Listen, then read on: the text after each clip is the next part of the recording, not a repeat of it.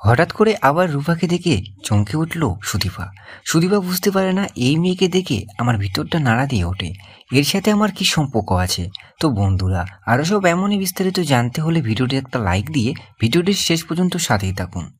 এইদিকে আমরা সকলেই দেখতে পেয়েছি পরমার বাড়ি থেকে এবার পরমার মা বাবা আসে পরমা আর অব্রকে নিতে। বিয়ের পর এই প্রথম বাপের বাড়ি যাবে পরমা। পরমা যেতে রাজি হয়, কিন্তু অব্র যেতে চায় না।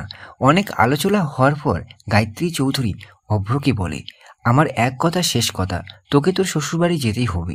মায়ের কথা অমান্য করতে পারে না অব্র। বিয়ের পর অনেক নিয়মকানুন মানতে হয়। অব্র বলে, আমরা গেলে আর একজনেরও যাওয়া উচিত। এবার আদিত্য এসে বলে, আমরাও নিয়ম করব, সেটা মন্দিরে। আদিত্য সুদীপাকে নিয়ে মন্দিরে যাওয়ার সিদ্ধান্ত নেয়। এইদিকে সুদীপা আর আদিত্য মন্দিরে যাওয়ার পর ঠাকুরমশাই সুদীপাকে বলে, দীপা তুমি এসেছো। সুদীপা বুঝতে পারে না। নিয়মকানুন শেষ হওয়ার পর রূপার সাথে আবার দেখা হয়। তবে রূপাকে দেখে সুদীপা থমকে যায়। তাহলে কি রূপাকে চিনতে পারবে সুদীপা? সেটা কিভাবে? এই সব মূল ধারাবাহিক দেখতে হলে, জানতে হলে চোখ রাখুন শুধুমাত্র স্টার জলসার পর্দায়। সাথে এমনই আপকামিং ভিডিও পেতে হলে আমাদের এই ইউটিউব চ্যানেলটিকে সাবস্ক্রাইব করতে কিন্তু একদমই ভুলবেন না।